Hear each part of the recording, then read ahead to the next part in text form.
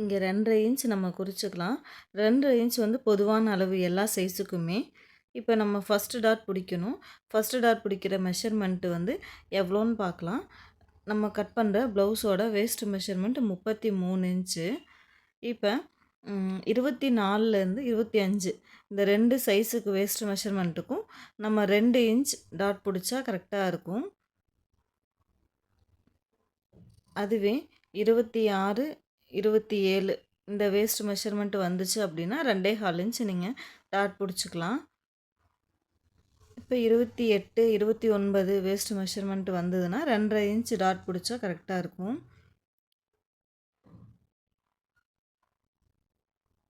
அதே போல் 30 இன்ச்சுக்கு மேலே வேஸ்ட் மெஷர்மெண்ட் வந்துச்சு அப்படின்னா நீங்கள் 2.25 இன்ச் டாட் பிடிச்சிக்கலாம். 2.25 அல்லது 3 இன்ச் டாட் பிடிச்சிங்கன்னா கரெக்டாக இருக்கும். 30 இன்ச்சுக்கு மேலே வர எல்லா வேஸ்ட் மெஷர்மெண்ட்டுக்குமே நீங்கள் 2.25 அல்லது 3 இன்ச் டாட் பிடிச்சிக்கலாம். அவங்களுடைய பஸ்ட்டு சைஸ் பொறுத்து நீங்கள் 2.25 அல்லது 3 இன்ச் குறிச்சிக்கலாம். நான் வந்து இப்போ இங்கே நம்மளுடைய வேஸ்ட் மெஷர்மெண்ட் 33 இன்ச்சு. ஸோ அதுக்கு வந்து நான் 2.25 இன்ச் இங்கே டாட் பிடிக்கிறதுக்காக குறிச்சிக்கிறேன். இப்போ டேப் அப்படியே டபுளாக ஃபோல்டிங் பண்ணிவிட்டு அதோட சென்டர் நம்ம நோட் பண்ணிக்கலாம். இப்போ டாட் மெஷர்மெண்ட் குறிச்சாச்சு. இப்போ நம்ம ஃப்ரண்ட் பீஸோட மெஷர்மெண்ட் எல்லாம் முடிச்சாச்சு. இப்போ கட் பண்ணி எடுத்துகிட்டு first dot, second dot, third dot 3 எப்படி நம்ம மார்க் பண்ணுறதுன்னு பார்க்கலாம். இப்போ சுற்றியும் நம்ம கட் பண்ணி எடுத்துக்கலாம்.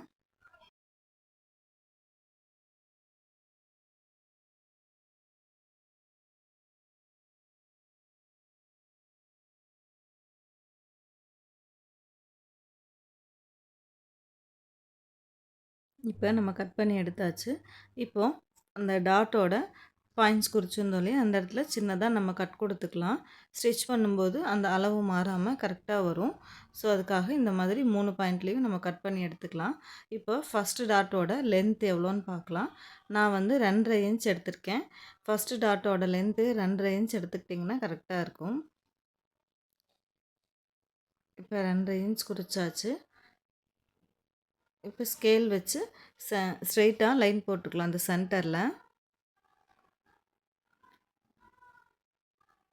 இப்போ நம்ம அந்த டாட் குறிச்சிருந்தோம் இல்லையா, 2 பாயிண்ட்டையும் இந்த மாதிரி ஜாயின் பண்ணிக்கோங்க.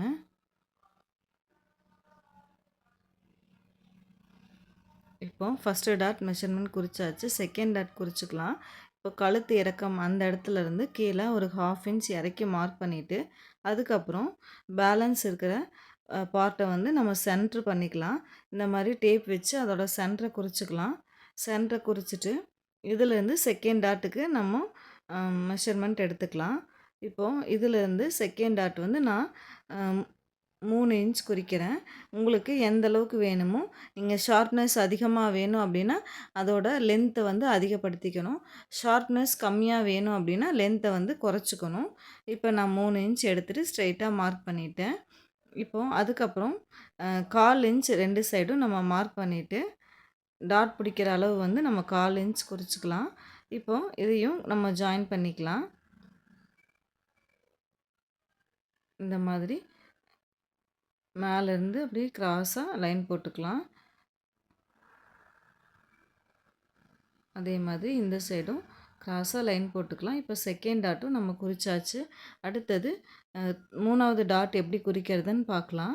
அதுக்கு ஒரு ஈஸியான ட்ரிக்ஸ் பாருங்கள். ஊசியை வச்சுட்டு இந்த மாதிரி நீங்கள் ப்ரெஸ் பண்ணிட்டீங்கன்னா அதோட பாயிண்ட் வந்து பேக் சைடு விழுந்துடும். அந்த பாயிண்டில் டிசியை வச்சு ஃபஸ்ட்டு மார்க் பண்ணிக்கலாம்.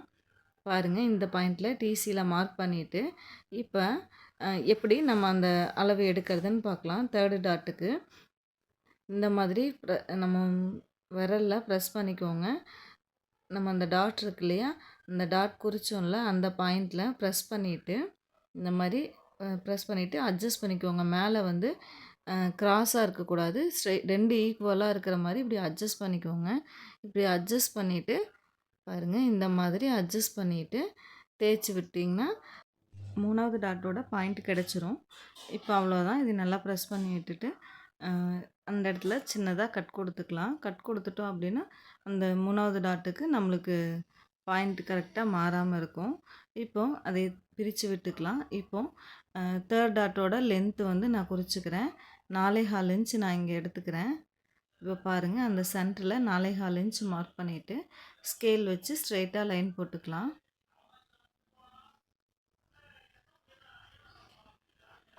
இந்த தேர்டு டாட்டுக்கு நான் ஆல்ரெடி வேறு மெத்தட்லேயும் எப்படி மார்க் பண்ணுறதுன்னு சொல்லியிருப்பேன், பழைய வீடியோஸில் போட்டிருப்பேன் பாருங்கள். இந்த மெத்தட் வந்து உங்களுக்கு ஈஸியாக இருக்கும். இப்போது சைடில் 1/4 இன்ச்சுக்கு நம்ம டாட் பிடிக்கிறதுக்காக கிராஸாக லைன் போட்டுக்கலாம் 2 சைடும்.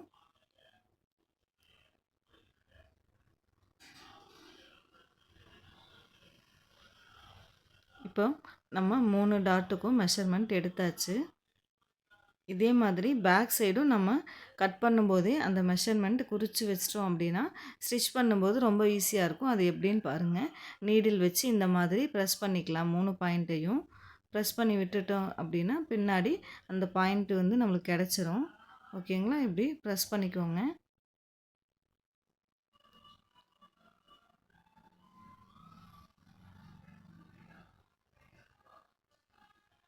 இப்போ அதை அப்படியே திருப்பிக்கலாம். திருப்பிட்டு 3 பாயிண்ட் கிடச்சிருக்கு இல்லையா, அந்த 3 பாயிண்ட்லேயும் டிசியை வச்சு நம்ம மார்க் பண்ணிக்கலாம்.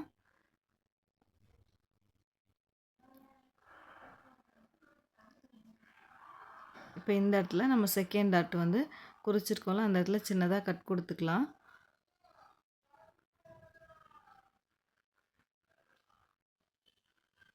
இப்போ நம்ம ஸ்கேல் வச்சு ஸ்ட்ரெயிட்டாக லைன் போட்டுக்கலாம்.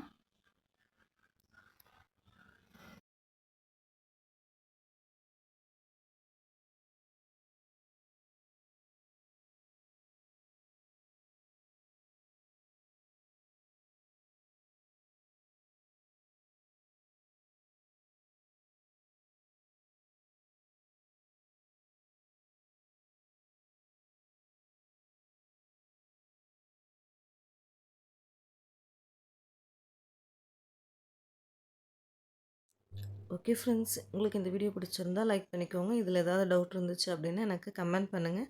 அப்படியே நம்ம சேனலை ஃபாலோ பண்ணிக்கோங்க. தேங்க்யூ.